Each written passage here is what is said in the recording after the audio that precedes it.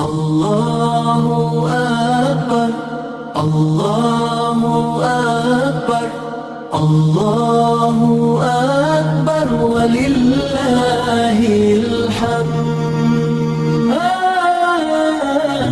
Gema takbir di pagi mulia, hari raya Aidiladha telah tiba.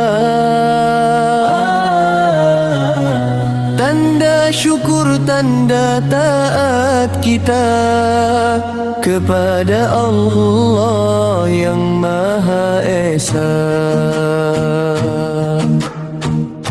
Kita kenang kisah yang agung, Nabi Ibrahim dan anaknya Ismail. Satu perintah, satu pengorbanan, penuh sabar, penuh keimanan,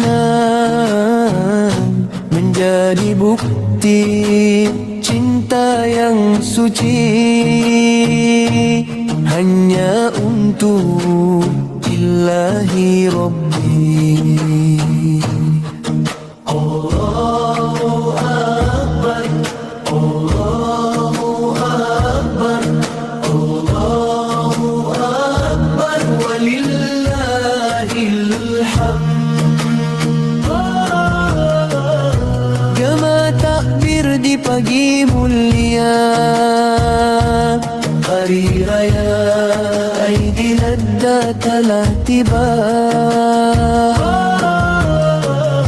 Tanda syukur, tanda taat kita kepada Allah yang Maha Esa. Ibadah kurban kita laksanakan, daging didar nikmat dikongsi. Tiada lagi jurang perbezaan, kaya dan miskin sama merasai. Inilah erti persaudaraan, membawa berkat dan kedamaian di tanah suci. Umat berkumpul menunaikan haji mabrur di haram.